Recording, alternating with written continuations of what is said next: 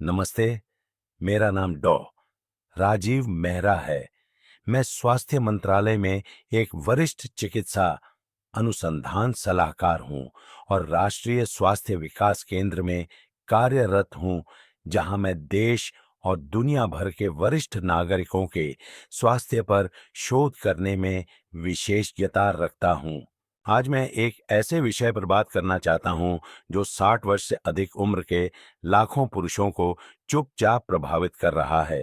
भले ही आपको आज इसका एहसास न हो, यह एक आम निजी आदत है जिसे अगर गलत तरीके से किया जाए तो यह चुपचाप उन प्रणालियों को नुकसान पहुंचा सकती है जो आपके रक्त प्रवाह को मजबूत और आपके रिश्तों को जीवंत बनाए रखती है। मैंने अपने काम में हजारों मरीजों को देखा है और एक ऐसा पैटर्न देखा है जिसे मैं अब अपने तक नहीं रख सकता। अधिकांश पुरुष मानते हैं कि हस्तमैथुन किसी भी उम्र में एक हानि रहित या यहाँ तक कि स्वस्थ कार्य है, लेकिन 60 के बाद इस आदत में एक छोटा सा बदलाव एक छिपा हुआ दुश्मन बन सकता है जो धीरे धीरे आपके रक्त परिसंचरण को प्रतिबंधित करता है और आपके रिश्ते में भावनात्मक जुड़ाव को खत्म कर देता है और आपको इसका एहसास भी नहीं होता। अगले कुछ मिनटों में मैं आपको ठीक ठीक बताऊंगा कि यह गलती क्या है, समझाऊंगा कि यह दीर्घकालिक नुकसान क्यों पहुंचा सकती है और आपको इसे उलटने का एक स्पष्ट प्राकृतिक रास्ता बताऊंगा। मेरा लक्ष्य क्या, आपको वह जीवन शक्ति, अंतरंगता और अपने शरीर पर नियंत्रण वापस पाने में मदद करना है जिसके आप हकदार हैं। मेरे साथ बने रहिए क्योंकि अंत के पास मैं एक शक्तिशाली लेकिन सरल बदलाव साझा करूंगा जिसे आप आज रात कर सकते हैं, जो केवल 7 दिनों में आपके रक्त परिसंचरण और शयन कक्ष में आत्मविश्वास में सुधार करना शुरू कर सकता है। आइए बेहतर स्वास्थ्य की इस यात्रा पर एक साथ चलें। भाग एक, 60 के बाद रक्त परिसंचरण और अंतरंगता में गिरावट क्यों आती है और हस्तमैथुन का इससे क्या लेना देना है। मैंने अपने अभ्यास में 3 दशकों से अधिक समय बिताया है।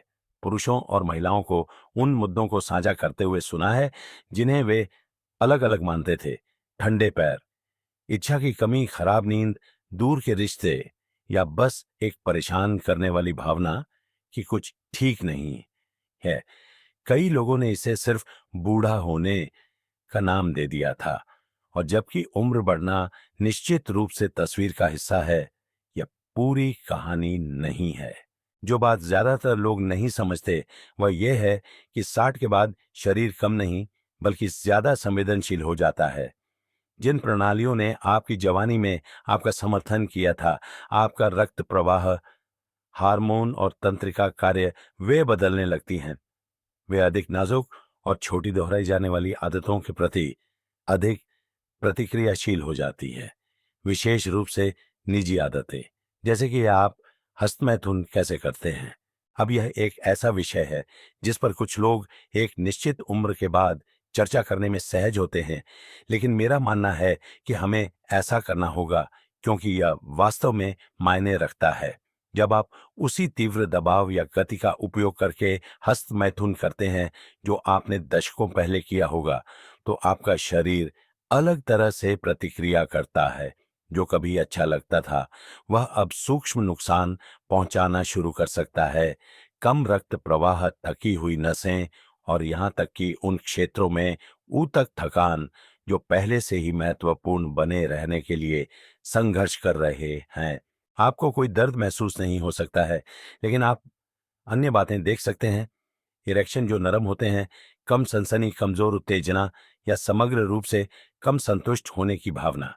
यह आपका शरीर चुपचाप संकेत दे रहा है कि यह पोषित नहीं हो रहा है, बल्कि उस पर बोझ पड़ रहा है। श्रोणि क्षेत्र आपके दिल की तरह स्वस्थ परिसंचरण पर पनपता है। बहुत अधिक घर्षण बल या आपकी भावनाओं से अलगाव धीरे धीरे उस महत्वपूर्ण परिसंचरण को रोक सकता है और आपको इसका एहसास भी नहीं होता है।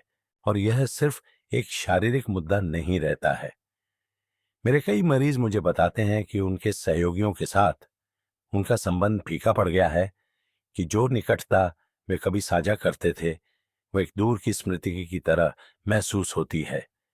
वे उम्र को दोष देते हैं, लेकिन अक्सर ये अपने शरीर के साथ बातचीत करने के तरीके में ये शांत बदलाव होता है जो उनके रिश्तों में बाहर की ओर परिलक्षित होता है। मुझे पता है कि इसके बारे में सोचना असहज है, लेकिन इसे अनदेखा करने के परिणाम होते हैं।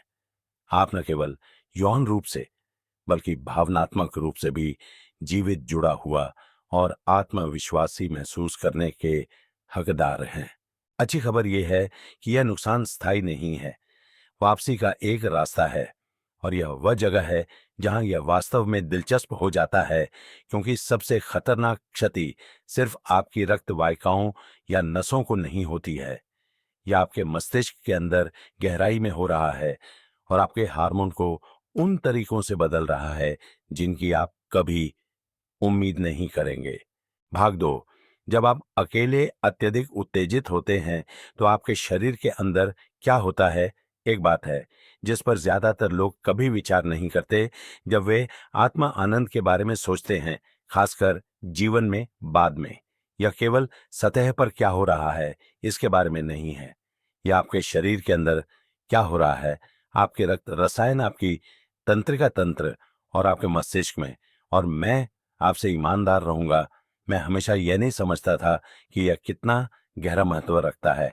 लेकिन एक के बाद एक मरीज को अपनी ऊर्जा जुड़ाव में, अपनी रुचि और यहां तक कि अंतरंगता की अपनी इच्छा खोते हुए देखने के बाद मैंने करीब से देखना शुरू किया। जो मैंने पाया उसने मेरे चिकित्सा अभ्यास का तरीका बदल दिया। जब आप हस्तमैथुन के दौरान अत्यधिक उत्तेजित होते हैं, विशेष रूप से उच्च घर्षण, एक मजबूत पकड़ या शक्तिशाली उपकरणों का उपयोग करके आप अपने मस्तिष्क को डोपामाइन के एक बड़े विस्फोट से भर देते हैं। यह आनंद और इनाम से जुड़ा अच्छा महसूस कराने वाला रसायन है, लेकिन जो ऊपर जाता है उसे नीचे आना ही पड़ता है। उस डोपामाइन स्पाइक के ठीक बाद आपका शरीर प्रोलैक्टिन का उत्पादन करता है, वह हार्मोन जो आपके सिस्टम को बताता है हमारा काम हो गया, अब शांत होने का समय है। एक युवा पुरुष में वह हार्मोनल गिरावट संक्षिप्त होती है, लेकिन 60 के बाद आपके शरीर को ठीक होने में बहुत अधिक समय लगता है। यदि आप सप्ताह में कुछ बार इस अति उत्तेजना के पैटर्न को दोहरा रहे हैं, तो आप अपने सिस्टम को एक निरंतर रोलर कोस्टर पर भेज रहे हैं। समय के साथ यह न केवल शारीरिक रूप से बल्कि भावनात्मक रूप से भी प्रतिक्रिया करने की आपकी क्षमता को समाप्त कर देता है। आपका टेस्टोस्टेरोन गिर सकता है, आपका नाइट्रिक ऑक्साइड, वह अणु जो आपकी रक्त वाहिकाओं को खुला और लचीला रखता है, कम हो जाता है, और यहां तक कि आपका ऑक्सीटोसिन, बंधन हार्मोन जो आपको दूसरों के करीब महसूस करने में मदद करता है, भी कम हो सकता है। इसका मतलब है कि वही कार्य जो आपको आनंद देना चाहिए, आपको थका हुआ, प्रेरणाहीन और पहले से कहीं अधिक अलग थलग महसूस कराता है। यह सिर्फ एक सिद्धांत नहीं है। मेरे पास मरीज आए हैं जो कहते हैं कि वे अंदर से सुन्न में है महसूस करते हैं, जैसे कि वे अपने ही जीवन से कट गए हैं। उन्हें यह एहसास नहीं होता कि उनका शरीर एक ऐसे स्तर की तीव्रता का आदी हो गया है जिसे वह अब बनाए नहीं रख सकता है और अब संतुलन के लिए तरस रहा है। लेकिन यहां वह हिस्सा है जिसने मुझे भी हैरान कर दिया। एक बार जब इन मरीजों ने खुद को उत्तेजित करने का तरीका बदलना शुरू कर दिया, अपने हार्मोन में एक प्राकृतिक लय बहाल करने और अपनी आदतों के प्रति एक सौम्य दृष्टिकोण पर ध्यान केंद्रित किया, तो उनमें से कई फिर से वास्तव में जीवित महसूस करने लगे। यह सिर्फ शयन कक्ष में नहीं था, यह उनके दैनिक जीवन में था। अब मैं आपको वह दिखाता हूं जिसका उल्लेख कुछ डॉक्टर ही कभी करते हैं, इन आदतों का भावनात्मक प्रभाव। क्योंकि जबकि शरीर चुपचाप पीड़ित होता है, दिल अक्सर उन तरीकों से टूटता है जिन्हें कोई रक्त परीक्षण कभी माप नहीं सकता है। भाग 3, भावनात्मक परिणाम, जिनके बारे में कुछ डॉक्टर बात करते हैं। मैंने हमेशा माना है कि हर शारीरिक लक्षण के पीछे एक भावनात्मक कहानी सुनने का इंतजार कर रही होती है। जब अंतरंगता की बात आती है, खासकर 60 के बाद, तो वे कहानियां बहुत गहरी होती हैं। सच तो यह है कि मेरे कई मरीज हस्तमैथुन या हार्मोन के बारे में शिकायत करने के लिए मेरे पास नहीं आते हैं। वे इसलिए आते हैं क्योंकि कुछ गायब सा लगता है, कुछ ऐसा जिसका वे नाम नहीं ले पाते।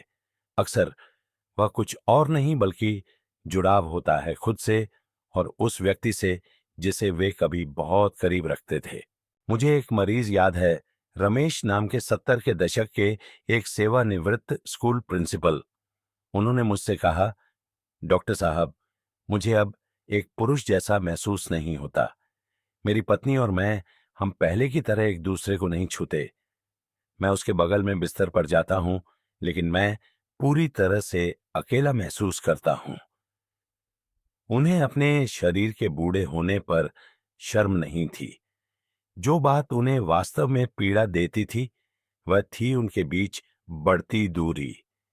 यह शांत भावनात्मक बहाव जिसे वे ठीक करना नहीं जानते थे। तभी मैंने उनसे पूछा कि वह खुद से कैसे जुड़ रहे हैं। वे पहले तो हैरान दिखे, लेकिन फिर उन्होंने अक्सर गुप्त रूप से हेडफोन लगाकर पोर्नोग्राफी का उपयोग करने की बात स्वीकार की।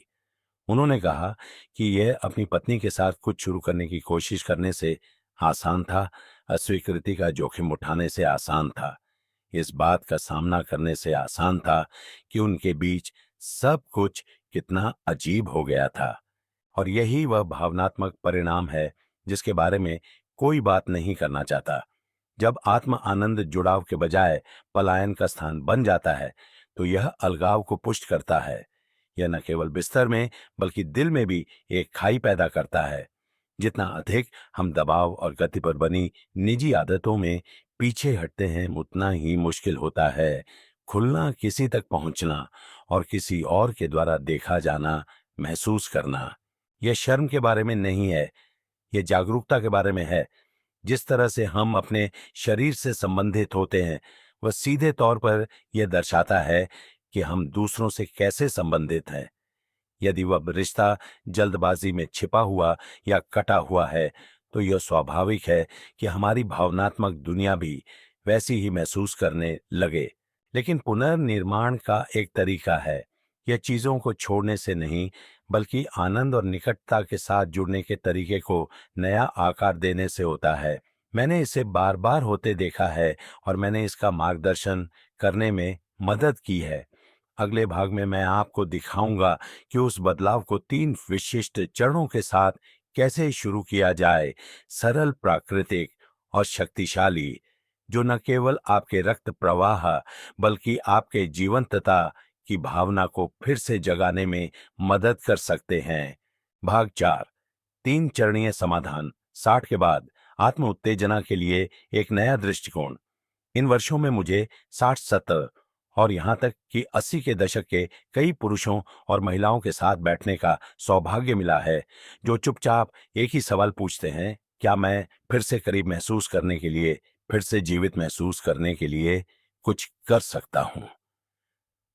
और मैं हमेशा उनसे कहता हूं, हां, बिल्कुल है। लेकिन इसकी शुरुआत इस बात से होती है कि आप अपने शरीर के साथ कैसा व्यवहार करते हैं जब कोई और आसपास नहीं होता है। उपचार अपराध बोध या वंचना से नहीं आता है, यह हमारे जुड़ने के तरीके को बदलने से आता है। अधिक इरादे, अधिक कोमलता और हम जिस जीवन के चरण में हैं उसके प्रति अधिक सम्मान के साथ। मैंने एक सरल 3 चरणीय दृष्टिकोण विकसित किया है, जिसने मेरे कई मरीजों को शारीरिक और भावनात्मक रूप से खुद से और अपने सहयोगियों से फिर से जुड़ने में मदद की है। चरण 1, कोमल स्पर्श। 60 के बाद आपके शरीर को हल्की धीमी उत्तेजना की आवश्यकता होती है। लक्ष्य अब एक त्वरित रिलीज का पीछा करना नहीं है, बल्कि आपकी प्राकृतिक संवेदनशीलता को फिर से जगाना है। एक नरम स्पर्श का उपयोग करें, शायद एक गर्म गुणवत्ता वाले स्नेह के साथ, और अपने शरीर को स्वाभाविक रूप से प्रतिक्रिया करने के लिए आवश्यक समय दें। यह आपकी तंत्रिका तंत्र को दबाव के माध्यम से सनसनी को मजबूर करने की कोशिश करने के बजाय फिर से महसूस करने के लिए प्रशिक्षित करता है। चरण 2, 3 दिवसीय आराम। 72 घंटों की अवधि के लिए मैं चाहता हूं कि आप सभी जानबूझकर की गई उत्तेजना को रोक दें। कोई पोर्नोग्राफी नहीं, कोई हस्त मैथुन नहीं, बस अपने हार्मोन को रीसेट होने दें, अपने मन और शरीर को आराम करने दें। जो पुरुष इसे आजमाते हैं उनमें से अधिकांश बेहतर नींद आने, अधिक स्पष्ट रूप से सोचने और कुछ ही दिनों के बाद मजबूत प्राकृतिक उत्तेजना को नोटिस करने की रिपोर्ट करते हैं। यह आपके सिस्टम को फिर से समायोजित होने का मौका देता है। चरण 3, पूर्ण जुड़ाव। यदि आपका कोई साथी है तो कोमल गैर यौन स्पर्श शुरू करने का प्रयास करें। बस एक दूसरे को फिर से पकड़ना चमत्कार कर सकता है। यदि आप अकेले हैं तो उत्तेजना के लक्ष्य के बिना आत्म जुड़ाव का अभ्यास करें। बस अपने शरीर के साथ बैठें, गहरी सांस लें और ध्यान दें कि कौन सी भावनाएं सामने आती हैं। यह सिर्फ सेक्स के बारे में नहीं है, यह आपके शरीर के साथ विश्वास का पुनर्निर्माण करने और अंतरंगता को फिर से बढ़ने के लिए जगह बनाने के बारे में है। मैंने इन छोटे बदलावों को बड़े परिणाम देते देखा है। एक व्यक्ति ने मुझे बताया कि सिर्फ 1 सप्ताह धीमा होने के बाद उन्होंने अपने हाथों में अधिक सनसनी महसूस की, सुबह अधिक ऊर्जा थी और सबसे महत्वपूर्ण बात यह है कि वे फिर से खुद की तरह महसूस करने लगे। लेकिन एक और परत है जिसे हमने अभी तक नहीं छुआ है, चेतावनी के संकेत। कई लोगों के लिए नुकसान पहले से ही हो रहा है और शरीर चुपचाप अलार्म बजा रहा है। सवाल यह है कि क्या आप सुन रहे हैं? भाग 5, चेतावनी के संकेत कि आपका रक्त परिसंचरण पीड़ित है। शरीर को बोलते हुए देखना बहुत विनम्रता भरा अनुभव है, खासकर जब वह चीखने से पहले फुसफुसाता है। मेरे अभ्यास में मैंने बार बार देखा है कि जब कुछ गलत होता है तो शरीर हमें लगभग हमेशा संकेत देता है। परेशानी यह है कि हम में से अधिकांश सुनना नहीं जानते, या इससे भी बदतर हमें संकेतों को तब तक अनदेखा करना सिखाया जाता है जब तक कि वे सहन करने के लिए बहुत तेज ना हो जाए। खराब रक्त परिसंचरण सिर्फ आपके दिल के लिए चिंता का विषय नहीं है, यह आपके जीवन के हर हिस्से को प्रभावित करता है। आपके मस्तिष्क के कार्य करने के तरीके से लेकर आपके अंगों को कैसा महसूस होता है और आपका शरीर अंतरंगता पर कैसे प्रतिक्रिया करता है। और जब 60 के बाद अति उत्तेजना या अस्वास्थ्यकर यौन आदतों के सूक्ष्म प्रभावों की बात आती है तो उन संकेतों को पहचानना और भी मुश्किल हो सकता है। सबसे आम शिकायतों में से एक जो मैं सुनता हूं वह है थकान। सिर्फ थकावट नहीं, बल्कि एक तरह की गहरी खींचने वाली थकावट जो बिस्तर से उठना भी जितना होना चाहिए उससे भारी महसूस कराती है। कई लोगों के लिए यह पहला सुराग है। दूसरे बताते हैं कि उनके हाथ या पैर अक्सर ठंडे महसूस होते हैं, यहां तक कि गर्म मौसम में भी। यह एक क्लासिक संकेत है कि आपका रक्त उतनी स्वतंत्र रूप से नहीं चल रहा है जितना पहले चलता था। फिर और भी अंतरंग संकेत है। स्पर्श के दौरान कम सनसनी इरेक्शन बनाए रखने में परेशानी, सुबह के इरेक्शन में कमी, या एक सामान्य भावना कि आपका शरीर प्रतिक्रिया करने में धीमा है। यह सिर्फ उम्र बढ़ने के लक्षण नहीं है, ये आपका शरीर एक शांत झंडा लहरा रहा है, आपका ध्यान मांग रहा है। कुछ मरीज मुझे बताते हैं कि उनकी त्वचा अलग महसूस होती है, पतली, सूखी या दबाव के प्रति अधिक संवेदनशील।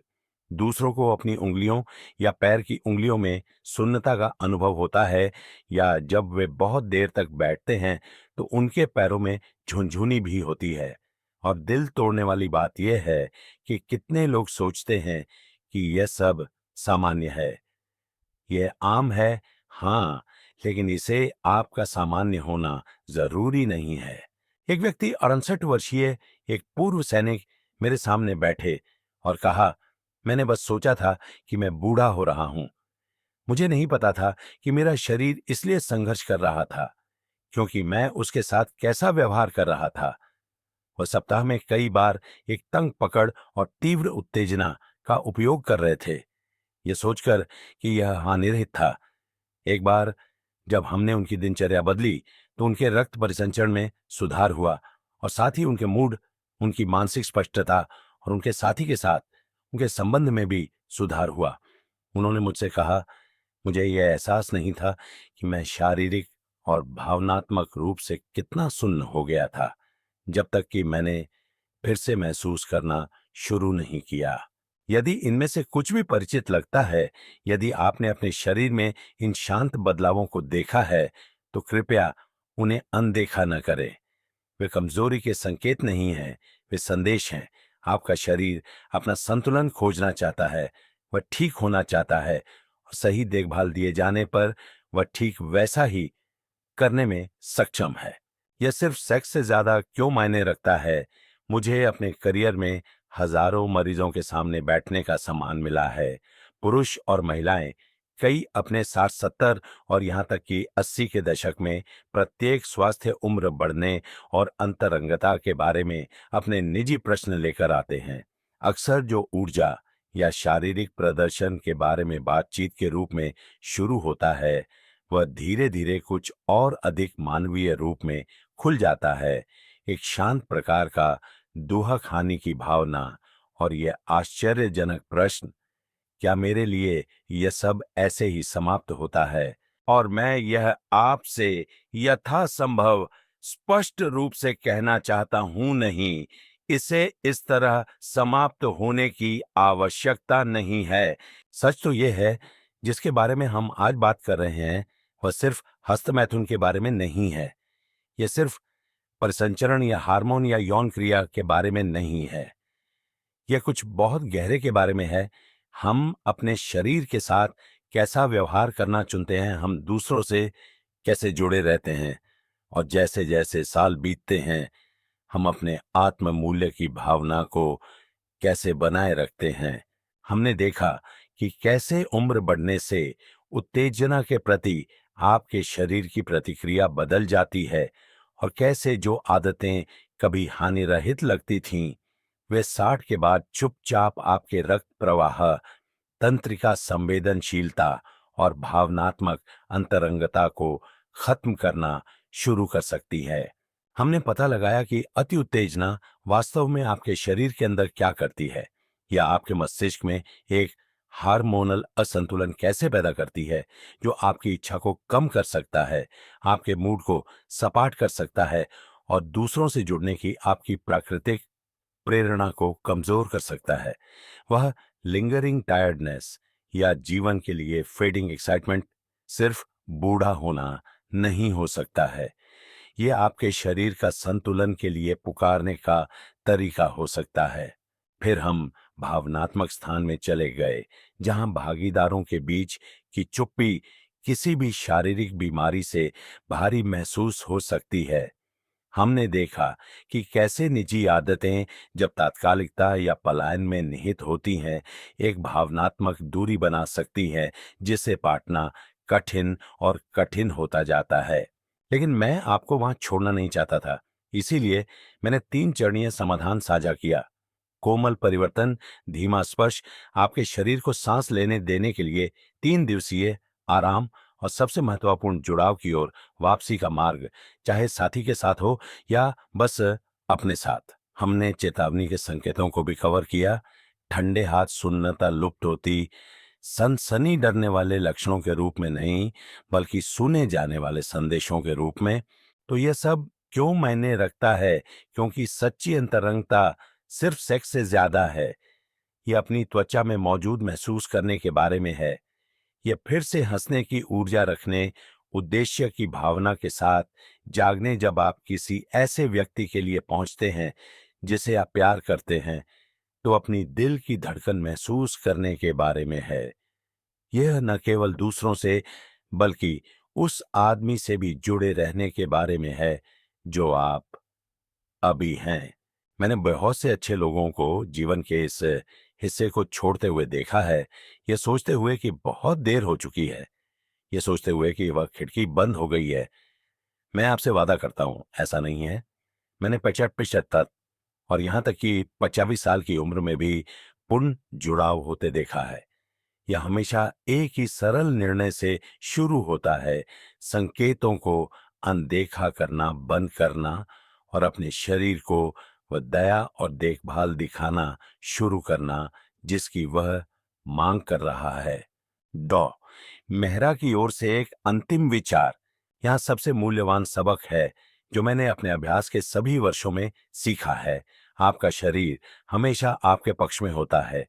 यह आपको विफल नहीं कर रहा है, यह आपके साथ संवाद कर रहा है। हताशा के बजाय धैर्य और दया के साथ इसे सुनना सीखना आत्मसम्मान का सबसे बड़ा कार्य है जिसका आप अभ्यास कर सकते हैं। यही सच्चे स्थायी स्वास्थ्य की नींव है।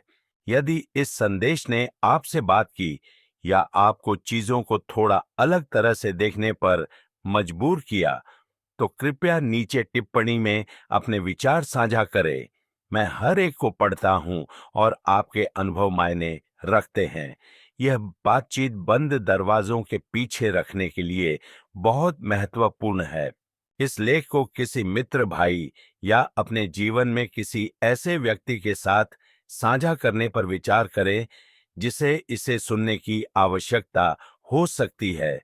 आइए इस यात्रा को एक साथ जारी रखें।